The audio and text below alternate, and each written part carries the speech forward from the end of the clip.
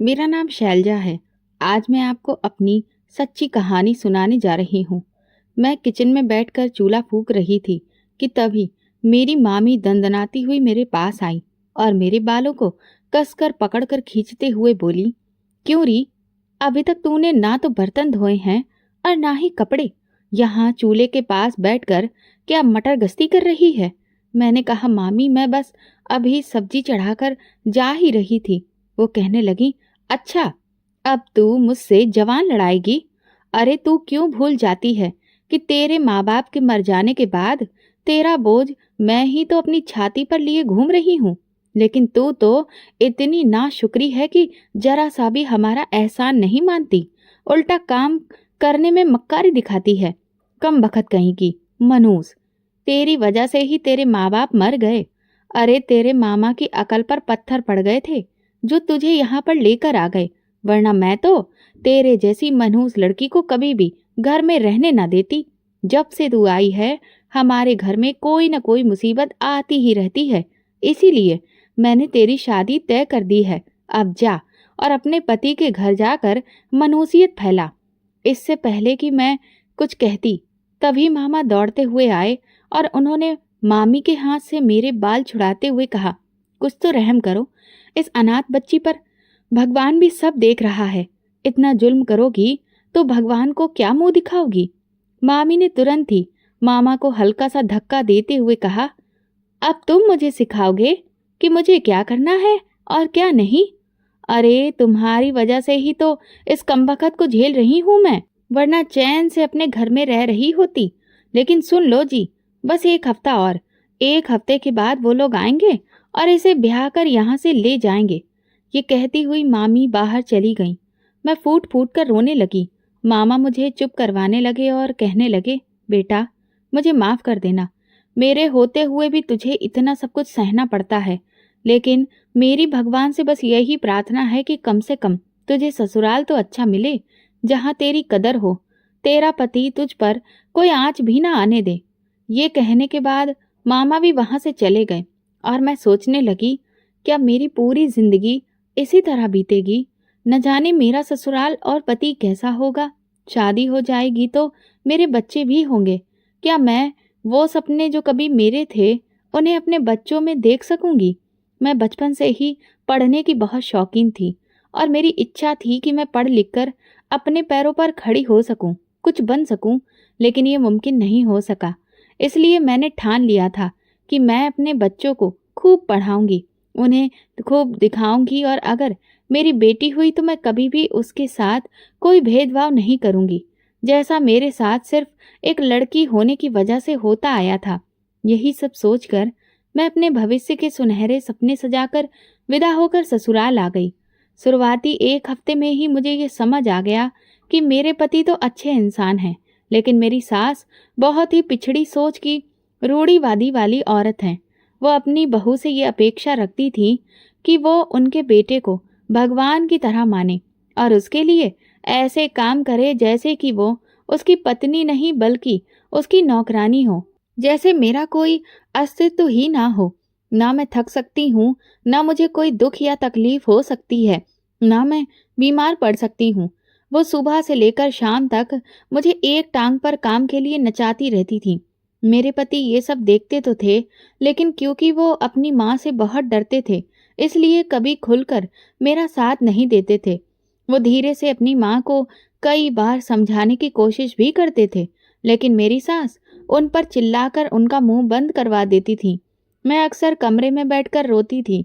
मेरे पति मुझसे कहते थे, शैलजा तुम परेशान मत हो, मैं जानता हूँ कि तुमने बहुत दुख झेले हैं और मैं तुम्हें वो सुख नहीं दे पा रहा जो तुम्हारा हक है, लेकिन मैं इसका कोई ना कोई रास्ता जरूर निकालूंगा। कुछ महीनों बाद मेरी सास ने देवर की भी शादी कर दी और फिर मेरी देवरानी के साथ भी उन्होंने वही व्यवहार करना शुरू कर दिया। ससुराल में अगर आपका पति आपके लिए कुछ भी नहीं बोल सकता है तो फिर आप खुद भी हिम्मत नहीं कर पाते कि अपने लिए कुछ कह सकें। इसलिए मैं और देवरानी चुपचाप अपनी सास के हिसाब से ही चलती रहती थी। जब मेरी शादी को एक साल हुआ तो मेरी सास ने तांडव मचाना शुरू कर दिया कि मैं अब तक पेट से क्यों नहीं हुई। लेकिन फिर भगवान की कृपा से कुछ महीने बाद ही मैं प्रेग्नेंट हो गई। मुझे लगा कि शायद अब तो मेरी सास खुश हो जाएंगी, लेकिन ये मेरी गलतफहमी थी। जब मैं पेट से हो गई तो उनकी एक नई मांग शुरू हो गई कि मुझे हर हाल में बेटा ही पैदा करना है। इसके लिए वो अपना उदाहरण देती, देखो मैंने एक भी लड़की पैदा नहीं की, मेरे सिर्फ 2 बेटे हैं और तुझे ही मेरा वंश चलाने वाला पोता देना होगा। ये सुनकर मैं बहुत परेशान रहने लगी, क्योंकि ये सब तो मेरे हाथ में नहीं था। लेकिन मेरी सास को कौन समझाता। फिर जब मेरी बेटी पैदा हुई तो मेरी सास ने उसका मुंह तक नहीं देखा। उन्होंने मुझे और मेरी बेटी को कोसना शुरू कर दिया, जबकि मैं अपनी बेटी को गोद में लेकर दुनिया की सबसे खुशकिस्मत औरत समझ रही थी। उसे जब मैंने पहली बार गोद में लिया, तभी मैंने तय कर लिया था कि मैं अपनी बेटी को खूब पढ़ाऊंगी लिखाऊंगी और वो जो बनना चाहेगी वो बनाऊंगी। लेकिन घर आते ही मेरी सास ने हंगामा करना शुरू कर दिया कि मैंने बेटी पैदा की है और अब मुझे जल्द से जल्द उन्हें पोता भी देना होगा, वरना वो मुझे मेरे मामा के घर वापस छोड़ आएंगी। ये सुनते ही मेरी सांस गले में ही अटक गई। मैंने अपने पति की तरफ देखा तो उन्होंने अपनी माँ से कुछ कहने की कोशिश की, लेकिन मेरी सास तुरंत बोली, अगर तूने भी अपनी जुबान चलाई तो समझ लेना तुझे 2 पैसे की भी अकल नहीं है। अरे, अगर तेरा वंश चलाने वाला इस दुनिया में नहीं आएगा तो लोग तुझ पर थूकेंगे, तेरा मजाक उड़ाएंगे, फिर तू समाज में कैसे रह पाएगा। लोग तुझे गिरी हुई नजर से देखने लगेंगे। तुझे ये नहीं दिखता कि तेरी माँ ये सब कुछ तेरी भलाई के लिए ही कर रही है। ये सब सुनकर मेरे पति चुप हो गए। मेरी बेटी के जन्म पर जुल्म सिर्फ मुझ पर नहीं हो रहा था, बल्कि मेरी देवरानी पर भी अब बहुत दबाव बढ़ चुका था कि उसे हर हाल में बेटा ही पैदा करना होगा। जब वो गर्भवती हुई तो बेचारी बहुत घबराई रहती थी, क्योंकि उसने देख लिया था कि बेटी पैदा करने का अंजाम मुझे क्या मिल रहा है। मेरी सास अब मुझे एक पल भी सुकून से नहीं जीने देती थी। मैं अपनी बच्ची को चैन से दूध भी नहीं पिला सकती थी। वो हर वक्त मेरे सिर पर खड़ी होकर तांडव मचाती रहती थी। मैं पूरा पूरा दिन रोते हुए ही गुजारती थी और अपनी बच्ची की ठीक से देखभाल भी नहीं कर पा रही थी। इस वजह से मेरी बच्ची दिन ब दिन कमजोर होती जा रही थी और वो बहुत बीमार रहने लगी थी। एक माँ अपने बच्चे पर कोई मुसीबत नहीं झेल सकती, इसलिए मैंने अपने पति से साफ कहा कि अगर आपने इस समस्या का कोई हल नहीं निकाला तो मैं अपनी बच्ची को लेकर कहीं भी चली जाऊंगी। ये सुनकर मेरे पति गहरी सोच में पड़ गए। मैं जानती थी कि इसमें उनकी कोई सी गलती नहीं है, लेकिन अब जो परिस्थितियां थीं उनमें मैं और क्या कर सकती थी। मैं अपनी बच्ची को कष्ट में छोड़ नहीं सकती थी। धीरे धीरे वक्त गुजरा और मेरी देवरानी को प्रसव पीड़ा शुरू हो गई। उधर मेरी सास ने पहले से ही उसे धमकाना शुरू कर दिया था कि अगर उसने बेटी पैदा की तो उसका क्या हाल होगा। वो बेचारी वैसे ही दर्द से जूझ रही थी और ऊपर से मेरी सास उसका बीपी और बढ़ा रही थी। ये देखकर मुझे अपनी सास पर बहुत गुस्सा आया, लेकिन मैं मजबूरी में चुप रही। खैर, देवरानी पर भगवान की कृपा रही और उसने बेटे को जन्म दिया। अब तो मेरी सास की खुशी का कोई ठिकाना नहीं था। मैं भी देवरानी के बेटे के जन्म पर खुश थी, लेकिन अब मेरी सास मेरी बेटी को लेकर दिन रात ताने देने लगी थी। मुझे समझ में नहीं आता था कि मैं इन सब का सामना कैसे करूं। मेरी मासूम बच्ची को तो ये भी नहीं पता था कि उसकी क्या गलती है। धीरे धीरे जैसे जैसे वो बड़ी हुई, वो कई बार मेरे लाख मना करने के बावजूद भी अपनी दादी के पास चली जाती थी और दादी दादी कहती थी। शायद इसी वजह से या जो भी कारण रहा हो, मेरी सास का थोड़ा बहुत दिल पिघला और उन्होंने मेरी बच्ची को अपनाना शुरू कर दिया। ये देखकर मुझे बहुत सुकून मिला, लेकिन इसका मतलब ये नहीं था कि बेटा और बेटी का भेदभाव उनके मन से खत्म हो गया था। जो सुविधाएं, खाना पीना देवरानी के बेटे को मिलता था, वो मेरी बेटी को कभी नसीब नहीं होता था और ये सब अब मुझसे बर्दाश्त नहीं हो रहा था। फिर जब मेरी बेटी के स्कूल में दाखिले की बात आई तो सास ने साफ इनकार कर दिया। उनका कहना था कि बेटियों को पढ़ाने लिखाने की कोई जरूरत नहीं होती, उन्हें तो शादी करके चूल्हा चौका ही संभालना होता है। तो फिर बेवजह उन पर पैसा क्यों खर्च किया जाए। बल्कि अब तो वो मुझ पर दबाव डालने लगी कि मुझे जल्द से जल्द बेटा पैदा करके देना होगा। मेरी मानसिक हालत इस वजह से धीरे धीरे खराब होने लगी थी। जब मेरे पति ने ये सब देखा तो उन्होंने शहर के एक कारखाने में नौकरी ढूंढ ली। जिस दिन उन्होंने मुझे ये खबर दी कि हम अब शहर जा रहे हैं, सच कहूं तो ऐसा लगा कि जैसे किसी भारी बोझ से मुझे मुक्ति मिल गई हो। 3 दिन बाद ही हम तीनों अपना सामान लेकर शहर की ओर रवाना हो गए। लेकिन मेरी सास ने जाते जाते भी यह हिदायत दी कि जितनी जल्दी हो सके बेटा पैदा होने की खुशखबरी सुनाना। मैं जब वहां से निकली तो ऐसा लगा जैसे किसी खुले आसमान में मुझे और मेरी बेटी को पहली बार सांस मिली हो। शहर पहुंचते ही सबसे पहले मैंने अपनी बेटी का एक अच्छे स्कूल में दाखिला करवाया। सब कुछ धीरे धीरे बेहतर होने लगा था। मेरे पति की तनख्वाह अच्छी थी, इसलिए अब मैं अपनी बेटी की परवरिश में कोई कमी नहीं रखती थी। मैं भगवान का दिन रात धन्यवाद करती थी कि उन्होंने मेरी जिंदगी में सुकून भर दिया। लेकिन मुझे क्या पता था कि ये मेरी गलतफहमी थी। एक दिन जब मैं अपनी बेटी का होमवर्क करवा रही थी, तभी मेरे पति कारखाने से लौटे। वो बहुत परेशान लग रहे थे। मैंने पूछा, क्या हुआ जी? तो वो बोले, हमें अब यहाँ से जल्द निकलकर गांव लौटना होगा। ये सुनते ही मेरे पैरों तले से जमीन खिसक गई। चंद सेकंड में मेरी सास के सारे जुल्म मेरी आंखों के सामने घूम गए। मैंने घबराकर पूछा, पर ऐसा क्यों? तो उन्होंने बताया, दरअसल एक भयंकर महामारी पूरे शहर में फैल रही है, जिसकी वजह से कारखाना भी बंद किया जा रहा है। सारे मजदूर पलायन कर रहे हैं। अगर हम समय से नहीं निकले तो रेलगाड़ी, बसें, ट्रांसपोर्ट सब बंद हो जाएंगे और फिर हम यहीं फंसकर रह जाएंगे। अब तो कमाई का भी कोई जरिया नहीं रहेगा। फिर यहाँ पर रहकर खाएंगे क्या? मैंने अपने पति से कहा, लेकिन जानवी का स्कूल? वो कहने लगे, तुम पागल हो गई हो क्या? जब सब कुछ बंद हो रहा है तो स्कूल क्या खुले ही रहेंगे? ये एक बहुत ही भयंकर जानलेवा महामारी है। कब कैसे किसे हो जाए कुछ पता भी नहीं चलता। ये छूने से फैल रही है, हवा से फैल रही है, और अगर किसी को हो जाए तो उसका बचना नामुमकिन के बराबर होता है। ये सुनते ही मैं तो दंग रह गई। मैंने कभी भी ऐसी भयंकर बीमारी के बारे में सुना ही नहीं था। मेरे पति बोले, गांव में रहेंगे तो कम से कम सुरक्षित रहेंगे और रोजी रोटी भी चलती रहेगी। जानवी का एडमिशन भी हम गांव के किसी स्कूल में ही कर देंगे। मैंने कहा, ये आप क्या कह रहे हैं? तो क्या हम लोग अब वहीं पर रहेंगे? मेरे पति कहने लगे, फिलहाल तो मुझे ऐसा ही लग रहा है कि हम गांव से जल्दी वापस नहीं आ सकेंगे, क्योंकि ये बीमारी नियंत्रित करना बहुत मुश्किल होता जा रहा है। ऐसा नहीं है कि सिर्फ हमारा देश ही इस बीमारी से प्रभावित है, बल्कि ना जाने कितने ही दूसरे देश भी इसकी चपेट में आ गए हैं और वे भी इसका मुकाबला नहीं कर पा रहे हैं। ये सब सुनकर तो मुझे दिन में तारे नजर आने लगे। मैं भगवान से प्रार्थना करने लगी कि वो इस मुसीबत को जितनी जल्दी हो सके टाल दे।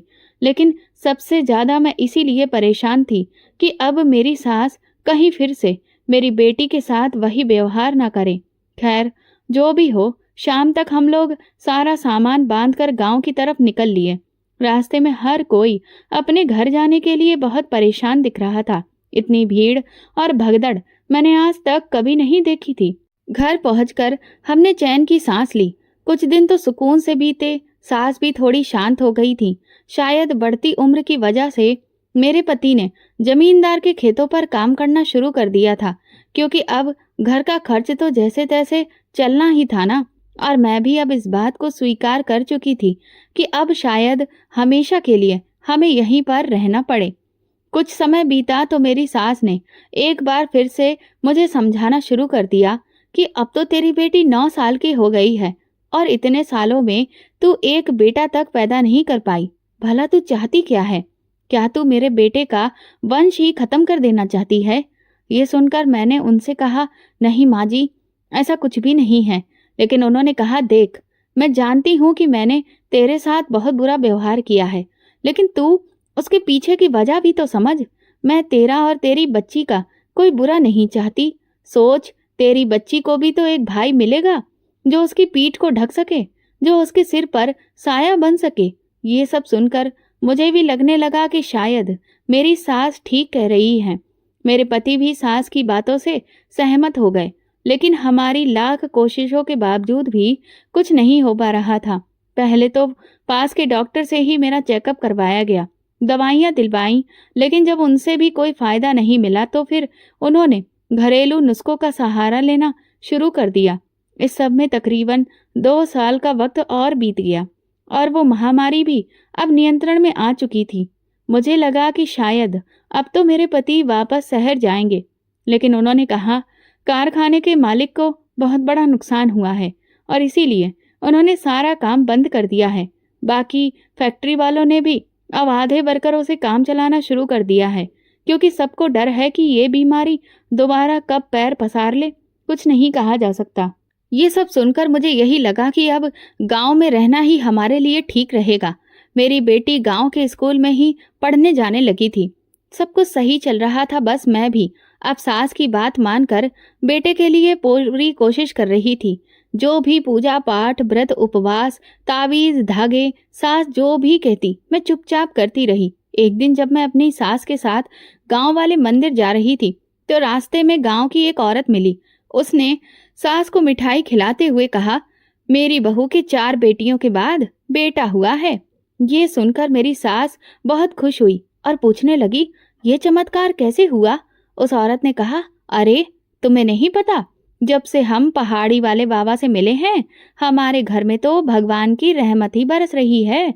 उन्हीं के आशीर्वाद से मेरी बहू को बेटा हुआ है, वरना हम तो सालों से बेटे के लिए तरस रहे थे। और सिर्फ मेरी बहू ही नहीं, गांव की न जाने कितनी ही औरतें हैं जो पहाड़ी वाले बाबा के आशीर्वाद से बेटे की माँ बनी हैं। ये सुनते ही मेरी सास की आंखों में चमक आ गई। वो कहने लगी, ये पहाड़ी वाले बाबा कहाँ मिलते हैं? उस औरत ने बाबा का पता बता दिया। सास कहने लगी, अब तो मैं अपनी बहू को भी उनके पास ले जाऊंगी। अगले ही दिन हम पहाड़ी वाले बाबा के सामने बैठे थे। उन्होंने काफी देर तक मुझे ध्यान से देखा। न जाने क्यों मुझे उनकी नजरें बिल्कुल ठीक नहीं लगी, लेकिन भला मैं अपनी सास से क्या कहती? बाबा ने कहा, सबसे पहले हमें तुम्हारे घर आकर पूजा करनी होगी और तुम्हारी बहू को शुद्ध करना पड़ेगा, तभी तुम पोते का मुंह देख पाओगी। ये सुनकर मेरी सास बहुत खुश हो गई। अगले ही दिन बाबा अपने चेले चपाटों के साथ हमारे घर आ गए। सास ने पूजा की सारी तैयारियां कर ली थी। उस वक्त घर में सिर्फ मैं, मेरी देवरानी और सास ही थी। मेरी बेटी स्कूल गई थी और मर्द लोग काम पर। पूजा संपन्न होने के बाद बाबा ने कहा, अब आपकी बहू का शुद्धिकरण करना होगा और इसके लिए एकांत जगह चाहिए। बाबा जैसा जैसा कह रहा था हम सब चुपचाप वैसे ही कर रहे थे। बाबा मुझे मेरे कमरे में लेकर गया। पहले तो सब कुछ ठीक लगा, लेकिन जैसे ही उसने कमरे का दरवाजा बंद किया मैं डर गई। मैं कहने लगी, आप दरवाजा क्यों बंद कर रहे हैं? वो बोला, ताकि शुद्धिकरण में कोई रुकावट ना आए। ये कहकर वो धीरे धीरे मेरे करीब आने लगा, इतना करीब जो किसी भी औरत की सीमा से बाहर था। मैंने पहले उसे समझाने की कोशिश की कि मुझसे दूर रहें, लेकिन वो शैतानों की तरह हंसने लगा और बोला, चुपचाप जैसा कह रहा हूँ वैसा करो। तुम्हें बेटा चाहिए है ना? मैंने कहा, हाँ बेटा चाहिए है, लेकिन इसका मतलब ये नहीं कि मैं कुछ भी सहती रहूं। वो बोला, अगर तुमने मेरी बात नहीं मानी तो मैं अभी तुम्हारी सास से शिकायत कर दूंगा। यह सुनकर मैं थोड़ा डर गई और चुप हो गई, लेकिन फिर जो हरकत उसने की उसने मेरी आत्मा तक को झकझोर दिया। मैंने उसे झटका देकर दूर फेंका। वो बुरी तरह से बौखला गया और गुस्से में बोला, तेरी इतनी हिम्मत, तूने मेरा अपमान किया। आज तक किसी औरत ने मुझ पर हाथ नहीं उठाया है। तूने बहुत बड़ी गलती कर दी है। अगर तू चुपचाप मेरी बात मान लेती, मुझे खुश कर देती तो सब कुछ ठीक रहता। अब देख मैं तुझे कैसे सबक सिखाऊंगा। एक दिन तू खुद चलकर मेरे पास आएगी। मुझे समझ में ही नहीं आ रहा था कि अब मैं क्या करूं। जैसे ही बाबा ने दरवाजा खोला उसने हंगामा मचा दिया। वो चिल्ला चिल्ला कर कहने लगा, घोर अनर्थ हो गया है। इस बहू के ऊपर तो एक चुड़ैल का साया है। ये सुनते ही मैं, मेरी देवरानी और सास सब हैरान रह गए। मैं तुरंत चिल्लाते हुए बोली, झूठ बोल रहा है ये बाबा, मेरे ऊपर किसी का कोई साया नहीं है। ये ढोंगी बाबा है। दरवाजा बंद करके। ये मेरे साथ गलत करने की कोशिश कर रहा था और जब मैंने विरोध किया तो ये अब झूठी कहानी बना रहा है। लेकिन बाबा ने तुरंत बीच में मुझे रोकते हुए कहा, ये सब तुम्हारी बहू नहीं, इसके अंदर बैठी हुई चुड़ैल बोल रही है, जो नहीं चाहती कि तुम्हारा भला हो और तुम कभी पोते का मुंह देखो। मैं उस वक्त चीखती रही, चिल्लाती रही, अपने ससुराल वालों को समझाती रही, लेकिन मेरी सास को मुझ पर भरोसा ही नहीं हुआ। वो बाबा की बातों पर आंख बंद करके विश्वास करने लगी। इस बीच मेरे पति भी घर लौट आए। उन्होंने जब इतना शोर शराबा देखा तो हैरान रह गए। मैंने उन्हें अपनी सफाई देने की कोशिश की, लेकिन इससे पहले कि मेरी सास और बाबा ने मेरे खिलाफ ऐसी ऐसी बातें कहीं कि उन्होंने भी शक करने लगे और मेरा साथ देने की बजाय उन लोगों की बातों में आ गए। ये देखकर मुझे बहुत दुख हुआ। मेरी सास तुरंत ही बाबा जी के पैरों में गिर गई और कहने लगी, अब आप ही हमें इस मुसीबत से छुटकारा दिलाइए और मेरी बहू को इस चुड़ैल से आजाद करवाइए। बाबा कहने लगा, इसके लिए तो तुम्हारी बहू को बहुत कठिन परीक्षा देनी पड़ेगी, क्योंकि ये चुड़ैल बहुत जिद्दी है। ये इतनी आसानी से तुम्हारी बहू को छोड़ने वाली नहीं है। सास कहने लगी, चाहे कितनी भी कठिन परीक्षा क्यों ना हो, मेरी बहू हर तरह की परीक्षा देगी। आप बस एक बार बताइए तो सही। बाबा ने कहा, ठीक है, परसों के दिन तुम लोग बड़े पेड़ वाले चौक पर आ जाना। वहां मैं पहले से ही सारी चीजों का इंतजाम करके रखूंगा। ये कहकर वो बाबा वहां से चला गया। मैं उसकी बात सुनकर बहुत डर गई थी। न जाने वो बाबा मुझे क्या करवाने वाला था। इतना तो समझ में आ गया था कि वो मुझसे बदला लेने के लिए और सबक सिखाने के लिए किसी भी हद तक जा सकता था। मैंने अपनी सास और पति से कहा कि मैं वहां हरगिज नहीं जाऊंगी, तो वो लोग कहने लगे, हमें अच्छे से पता है कि तुम वहां क्यों नहीं जाओगी, क्योंकि ये तुम नहीं, वो चुड़ैल बोल रही है, जो हमारे घर पर बुरी नजर गड़ा कर बैठी है। लेकिन तुम जाओगी कैसे नहीं, हम तुम्हें वहां पर जरूर लेकर जाएंगे। 2 दिन मेरे रो रो कर ही गुजरे। मेरी बेटी भी बहुत परेशान थी कि मैं इतना क्यों रो रही हूँ, लेकिन मैं भला उस बच्ची से क्या कहती कि मेरे साथ क्या होने वाला है। 2 दिन के बाद जब जाने का समय आया तो मैं एक बार फिर से अपनी सास को समझाने लगी। मैंने उनके पैर पकड़कर भीख मांगी कि आप मुझ पर रहम करिए, मैं वहां नहीं जाऊंगी। लेकिन मेरी सास ने मेरी एक भी नहीं सुनी। यहाँ तक कि मेरे पति ने मुझे धमकी दी कि अगर मैंने उनकी बात नहीं मानी तो वो मुझे तलाक दे देंगे। ये सुनते ही मेरी सारी हिम्मत जवाब दे गई और मैं चुपचाप उनके साथ चली गई। जब मैं वहां पहुंची तो वहां का नजारा देखकर दंग रह गई, क्योंकि सामने ही जलते हुए अंगारों का रास्ता बनाया हुआ मुझे दिखाई दिया।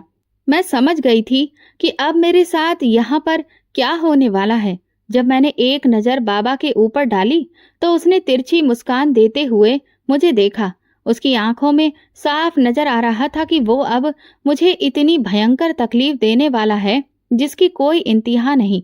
इससे पहले कि मैं कुछ कह पाती, बाबा ने मेरी सास से कहा, तुम्हारी बहू के इलाज के लिए यही सबसे बेहतरीन प्रक्रिया है, इसलिए अपनी बहू को इस जलते हुए कोयले पर चलने के लिए कहो।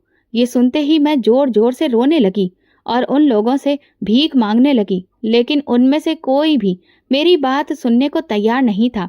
मेरे पति को हालांकि मुझ पर थोड़ा तरस आया और वो बाबा से कहने लगा, क्या कोई दूसरा रास्ता नहीं है जिससे मेरी पत्नी का इलाज हो सके, क्योंकि इससे तो उसे बहुत तकलीफ होगी। लेकिन वो बाबा तो मुझसे बदला लेने पर तुला हुआ था, इसीलिए उसने साफ इनकार कर दिया। साथ ही उसने ये भी कहा कि अगर आज ये प्रक्रिया पूरी नहीं हुई तो तुम्हारे पूरे परिवार पर कोई भयानक विपदा आ जाएगी। हो सकता है कि परिवार में से किसी की जान भी चली जाए। ये सुनते ही मेरे पति भी पीछे हट गए और फिर मजबूरन मुझे उस बाबा की बात माननी पड़ी और उन जलते हुए कोयलों पर चलना पड़ा। कोयले पर चलने की वजह से मेरे पांव बहुत बुरी तरह से जल गए थे और मुझे चक्कर आने लगा। मैं आधी खुली आंखों से देख रही थी कि वो बाबा बहुत खुश हो रहा था। इसके बाद मुझे जैसे तैसे उठाकर घर लाया गया। मेरी सांसें बुरी तरह से फूली हुई थीं। बाबा कहने लगा, अब बेटा पैदा हो, इससे जुड़ी हुई प्रक्रिया को पूरा करने के लिए तुम्हें अपनी बहू को मेरे आश्रम में लेकर आना पड़ेगा। जिसके लिए मेरी सास और पति दोनों तैयार हो गए। फिर मेरा शुद्धिकरण एक बार फिर से करने के नाम पर बाबा ने सबको कमरे से बाहर निकाल दिया और मेरे पास आकर बैठ गया। धीरे से मेरे कान में बोला, देख मेरे खिलाफ जाने का नतीजा। ये कहते हुए वो जोर जोर से हंसने लगा और बोला, अब मेरी बात कान खोलकर सुन ले। अब तुझे मेरे आश्रम आना होगा और जो मैं चाहता हूँ वैसा ही करना होगा। अगर अब तूने मेरी बात मानने से मना किया तो समझ ले कि इस बार निशाना तू नहीं तेरी बेटी होगी। ये सुनते ही मेरे रोंगटे खड़े हो गए। वो बाबा इतना नीच इंसान था कि अपनी मनमानी के लिए किसी भी हद तक गिर सकता था, लेकिन मैंने ये कभी नहीं सोचा था कि उसकी गंदी नज़र मेरी बेटी पर भी होगी। वो कहने लगा, तू सोच ले, अगर इस बार तूने इनकार किया तो सजा तेरी बेटी को मिलेगी। फिर वो मीठी मीठी बातें करते हुए ढोंग रचाकर बोला, देख मैं भी तेरे जैसी खूबसूरत औरत को इतना कष्ट नहीं पहुंचाना चाहता, लेकिन तूने ही मुझे मजबूर किया कि मैं तेरे साथ ये सब करूं। अगर तू चुपचाप मेरी बात मान लेती तो इतना सब ड्रामा करने की जरूरत ही क्या थी। अब तो तू समझ ही गई होगी कि तेरी बात पर विश्वास करने वाला कोई नहीं है और मैं जो कह दूंगा वही सबके लिए पत्थर की लकीर है। इसलिए मेरी बात समझ, खुद को और अपनी बच्ची को तकलीफों से बचा और अच्छे से तैयार होकर मेरे आश्रम आ जाना और मुझे खुश कर देना, जिससे तेरा भी भला हो जाएगा और मेरा भी दिल खुश हो जाएगा, समझी। ये कहकर वो वहां से चला गया, लेकिन मेरे आंसू रुकने का नाम नहीं ले रहे थे। मुझे समझ में नहीं आ रहा था कि मैं इस बाबा का असली चेहरा सबके सामने कैसे लाऊं। मेरी बेटी मेरे पास आकर बुरी तरह से रोने लगी। वो कहने लगी, माँ ये आपको क्या हो गया है? सब लोग आपको इतनी तकलीफ क्यों दे रहे हैं? मैंने जानवी से कहा, तू चिंता मत कर बेटा, तेरी माँ सब कुछ धीरे धीरे ठीक कर लेगी। 2 दिन के बाद मेरे ससुराल वाले मुझे उस बाबा के आश्रम में ले जाने की तैयारी करने लगे, लेकिन मैंने साफ इनकार कर दिया कि मैं वहां बिल्कुल नहीं जाऊंगी, चाहे कुछ भी हो जाए। मेरी सास मुझ पर बुरी तरह से भड़क उठी और कहने लगी, तू क्यों हमारे परिवार की मुसीबतें बढ़ा रही है? वो बाबा बहुत ही चमत्कारी इंसान है, तुझे आखिर दिक्कत क्या है? लगता है तेरे अंदर की चुड़ैल अभी भी नहीं गई है जो तुझे ये सब करने से रोक रही है। मैंने कहा, माँ जी आपकी आंखों पर अंधविश्वास की पट्टी बंधी हुई है। इस तरह से कभी किसी के बेटे पैदा नहीं होते हैं, लेकिन आपको तो कुछ समझ में ही नहीं आता। वो बाबा सिर्फ मेरी इज्जत के पीछे पड़ा है, इसके अलावा और कुछ नहीं। और ना जाने अब तक कितनी औरतों की जिंदगियां वो बर्बाद कर चुका है, सिर्फ आप जैसे लोगों की सोच की वजह से। ये सुनते ही मेरी सास और भी ज्यादा भड़क उठी, कहने लगी, तेरी इतनी हिम्मत कि तू मुझसे इस तरह बात कर रही है? आज तक तूने एक शब्द नहीं कहा और अब तू मुझे जवाब दे रही है। उस दिन मेरे सब्र की हदें पार हो चुकी थीं। मैं अपने दिल की सारी भड़ास निकाल बैठी, लेकिन जब देखा कि उन्हें अभी भी मेरी बातों का कोई असर नहीं हुआ तो चुपचाप अपने कमरे में लौट आई। शाम को बाहर निकली तो देखा कि मेरी बेटी जानवी उनसे खाना मांग रही थी, लेकिन वो उसे खाना ही नहीं दे रही थी। मैं तुरंत किचन में गई, खाना परोसा और जानवी को देने गई, लेकिन जैसे ही मैंने थाली उसके हाथ में दी, उन्होंने थाली मेरे हाथ से छीन ली और कहा, जब तक तू हमारी बात नहीं मानेगी तेरी बेटी भी भूखी प्यासी रहेगी। देखती हूँ कब तेरी अकड़ ढीली होती है। ये कहते हुए मेरी सास जानवी को पकड़कर कमरे में ले गई और उसे बंद कर दिया। वो बेचारी बुरी तरह से रो रही थी, माँ माँ कहकर पुकार रही थी। मैंने हाथ जोड़कर कहा, माँ जी इतनी कठोर मत बनिए, एक छोटी सी बच्ची को अपनी जिद के लिए भूखा रखना ठीक नहीं। लेकिन मेरी सास पर इसका कोई असर नहीं हुआ। उन्होंने जानवी के कमरे के बाहर ताला लगा दिया और खुद बाहर चली गईं। तभी मेरी देवरानी ने मुझे बताया कि दरअसल जब मैंने आश्रम जाने से इनकार किया था तो सास ने तुरंत बाबा को फोन कर दिया और बाबा ने ही कहा था कि आपकी बहू ऐसे नहीं मानेगी जब तक उसकी किसी कमजोरी पर वार न किया जाए। और इसी सलाह पर उन्होंने जानवी के साथ ये सब किया ताकि मैं मजबूर हो जाऊं। ये सुनते ही मेरा गुस्सा 7वें आसमान पर पहुंच गया। उस बाबा को मैं जान से मार देना चाहती थी, लेकिन कर कुछ नहीं सकती थी। मैं इतनी मजबूर थी कि अपनी भूखी बच्ची को खाना तक नहीं दे पा रही थी। अब मेरी आखिरी उम्मीद सिर्फ मेरे पति थे। जब वो थोड़ी देर बाद लौटे तो मैंने उन्हें सब कुछ बता दिया। मेरी बात सुनकर वो चुप हो गए, लेकिन जानवी की आवाज़ें सुनकर उनका दिल पसीज गया और वो मेरी सास से कहने लगे, जानवी के साथ ऐसा मत कीजिए, मैं शैलजा को समझा दूंगा, वो कल मेरे साथ ही आश्रम जाएगी। ये सुनते ही मेरी सास ने जानवी को बाहर निकाल दिया और मैं अपनी बेटी की खातिर चुपचाप अपनी इज्जत दांव पर लगाने के लिए तैयार हो गई। अगले दिन मैं तैयार होकर अपनी सास और पति के साथ आश्रम जाने के लिए निकल गई। जाते वक्त मेरी बेटी मेरे गले से लिपट गई और बोली, माँ आप मत जाइए। मैंने उसके सिर पर हाथ फेरते हुए कहा, बेटा तू फिक्र मत कर, तेरी माँ जल्दी ही लौटेगी। फिर मैं आश्रम पहुंच गई। मुझे देखते ही बाबा की आंखों में चमक दुगनी हो गई थी। वो मुझे खुशी खुशी अपने कमरे में ले गया और अंदर से दरवाजा बंद कर दिया। फिर मुझे चारपाई पर बिठाकर बोला, देखा, मैंने कहा था ना कि मैं अपनी हर इच्छा पूरी करके ही रहता हूँ। उसके चेहरे पर जीत का अहंकार साफ दिख रहा था। वो बोला, अब तू यहाँ से भाग भी नहीं सकती, क्योंकि अगर तूने ऐसा किया तो तेरी बेटी भुगतेगी। मैंने कहा, तुझे क्या लगता है, क्या तुझे भगवान नहीं देख रहा?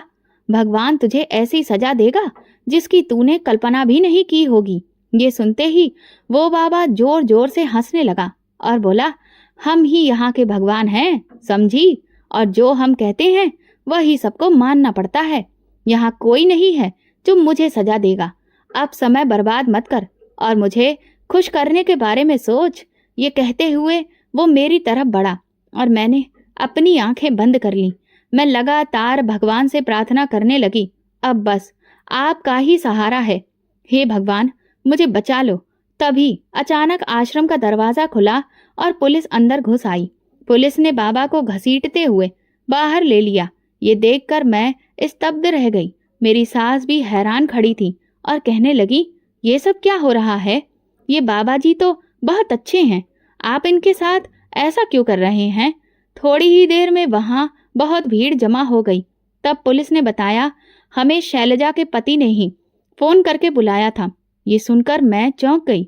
मेरे पति ने कहा, माँ आपके कहने पर मैंने कभी शैलजा की कोई बात नहीं मानी, लेकिन आज जब हम आश्रम जा रहे थे तो शैलजा ने सिर्फ एक बात कही। मैं अपनी बेटी की कसम खाकर कहती हूँ कि वो बाबा ढोंगी है और मैं जानता हूँ कि शैलजा अपनी बेटी से अपनी जान से भी ज्यादा प्यार करती है। वो कभी भी उसकी झूठी कसम नहीं खा सकती। इसीलिए मैंने रास्ते में ही पुलिस को फोन कर दिया था। ये कहते हुए उन्होंने अपना मोबाइल निकाला और एक वीडियो चलाया। उस वीडियो में साफ दिखाई दे रहा था कि बाबा मेरे साथ किस तरह की हरकत करने की कोशिश कर रहा था।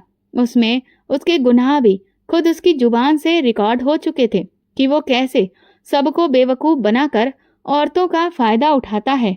ये सब देखकर मेरी सास के पैरों तले से जमीन खिसक गई। वो आगे बढ़ी और उन्होंने बाबा के गाल पर जोरदार थप्पड़ मारा। इसके बाद पुलिस ने मेरे पति से वो वीडियो लेकर बाबा और उसके चेले चपाटों को गिरफ्तार कर लिया। मैंने अपनी सास से कहा, अंधविश्वास के चक्कर में न जाने कितनी ही औरतें इस बाबा के हाथों बर्बाद हुई हैं, और अगर समय रहते पुलिस नहीं आती तो मेरा भी वही हाल होता जो बाकी औरतों का हुआ है। इसके बाद हम लोग घर वापस आ गए। पूरे गांव को बाबा की असली सच्चाई पता चल चुकी थी। फिर जिन जिन औरतों के साथ बाबा ने गलत किया था उन्होंने भी खुलकर अपने बयान दिए। वे अब तक सिर्फ इसलिए चुप थी क्योंकि उन्हें अपनी इज्जत और शादीशुदा जिंदगी के बिगड़ जाने का डर था। सच सामने आने के बाद मेरी सास को अपने किए पर बहुत पछतावा हुआ, लेकिन बेटे और बेटी के बीच का भेदभाव अभी भी उनके मन से पूरी तरह से गया नहीं था। वे बार बार मुझसे कहती, भले ही वो बाबा ढोंगी निकला, लेकिन बुढ़ापे का सहारा तो बेटा ही बनेगा ना। वंश तो बेटा ही आगे बढ़ाएगा, बेटा ही हमारे नाम को रोशन करेगा। इसलिए तुझे तो बेटा पैदा करना ही होगा। तेरी बेटी तो किसी काम की नहीं है। मैं ये सब सुन सुनकर बहुत परेशान हो चुकी थी। इसलिए मैंने अपने पति से कहा कि वे चाहे तो शहर वापस जाएं या ना जाएं, लेकिन मैं अपनी बेटी को लेकर शहर जा रही हूँ और खुद कोई छोटा मोटा काम करके उसकी परवरिश करूंगी। मेरा फैसला सुनने के बाद मेरे पति ने भी मेरा साथ दिया और फिर वो मेरे साथ शहर आ गए। मैंने ठान लिया था कि मैं अपनी बेटी को खूब पढ़ाऊंगी, लिखाऊंगी ताकि कोई भी उसे दबाने की कोशिश ना कर सके। इसलिए मैंने एक फैक्ट्री में काम करना शुरू कर दिया। इस तरह कई साल बीत गए। फिर एक दिन मेरे देवर का फोन आया और उन्होंने बताया कि माँ जी की आंखों की रोशनी अब पूरी तरह से चली गई है, इसीलिए वे उन्हें शहर भेज रहे हैं और हम उन्हें किसी अच्छे डॉक्टर को दिखाकर उनका इलाज करवा दें। कुछ समय बाद मेरी सास शहर आ गई। अब उन्हें पूरी तरह से दिखना बंद हो गया था। हम उन्हें एक बड़े अस्पताल में लेकर गए। डॉक्टर ने उन्हें देखकर कहा कि इनका ऑपरेशन होगा, जिसके बाद उनकी दोनों आंखें पूरी तरह से ठीक हो जाएंगी। मेरी सास इस बात से बहुत परेशान हो गई कि ऑपरेशन का खर्चा बहुत ज़्यादा होगा और इतने पैसे कहाँ से आएंगे। लेकिन मेरे पति ने उन्हें समझाया, आप फिक्र मत करें माँ, हम जैसे तैसे सब कुछ संभाल लेंगे। फिर मेरी सास का ऑपरेशन हो गया। कुछ दिनों के बाद जब उनकी आंखों की पट्टी खुली तो उन्हें सब कुछ साफ दिखाई देने लगा। लेकिन जैसे ही उनकी नज़र डॉक्टर पर पड़ी तो वो चौंक गईं। उन्होंने कहा, ये? मैंने कहा, हाँ माँ जी, ये आपकी पोती जानवी है। इसी ने आपका ऑपरेशन किया है और आपकी आंखों की रोशनी वापस आई है। ये सुनते ही मेरी सास ने तुरंत जानवी को अपने पास बुलाया, उसके दोनों हाथों को चूमा और उसे आशीर्वाद दिया। फिर उन्होंने मेरे सामने हाथ जोड़कर कहा, मुझे माफ कर दो शैलजा, मैं हमेशा यही कहती रही कि बेटा ही नाम रोशन करता है, लेकिन तूने मुझे गलत साबित कर दिया। तेरी बेटी ने तो बेटों से भी बढ़कर करके दिखाया है। ये सुनते ही मैं अपनी सास के गले लग गई। उस दिन मुझे इस बात की बहुत खुशी थी कि कम से कम मेरी सास को ये समझ आ गया कि जितने बेटे प्यारे होते हैं उतनी ही बेटियां भी प्यारी होती हैं। कुछ समय के बाद मेरी बेटी जब सरकारी डॉक्टर बन गई तो वो 3 महीने के लिए गांव के सरकारी अस्पताल में कैंप लगाने गई। वहां उसने सभी गांव वालों का मुफ्त में इलाज किया, जिससे गांव वाले जानवी की तारीफ करते नहीं थकते थे। वे बार बार मेरी सास से कहते, आप बहुत भाग्यशाली हैं जो जानवी जैसी पोती मिली है। ऐसी पोती तो सबको मिले। ये सुनकर मेरी सास की छाती गर्व से फूल जाती थी। अब उन्हें बार बार अपने भेदभाव वाले व्यवहार पर पछतावा होता था। आज मेरी बेटी एक बहुत बड़ी डॉक्टर है। हम सब बहुत सारी सुख सुविधाओं का आनंद ले रहे हैं और ये सब केवल हमारी बेटी की मेहनत का नतीजा है। मेरी सास अब जानवी की तारीफ करते नहीं थकती। ये सब देखकर मुझे बहुत खुशी होती है। तो दोस्तों, आपको अगर हमारी कहानी पसंद आई हो तो प्लीज़ कमेंट करके ज़रूर बताइएगा और इस तरह की अंधविश्वास भरी सोच और बेटा बेटी के भेदभाव पर अपनी राय जरूर दीजिएगा। वीडियो को लाइक करिए और ज़्यादा से ज़्यादा शेयर करिए। अगर आप चैनल पर नए हैं तो सब्सक्राइब जरूर करें और नोटिफिकेशन बेल दबाएं ताकि अगली अपडेट सबसे पहले आपको मिले। धन्यवाद।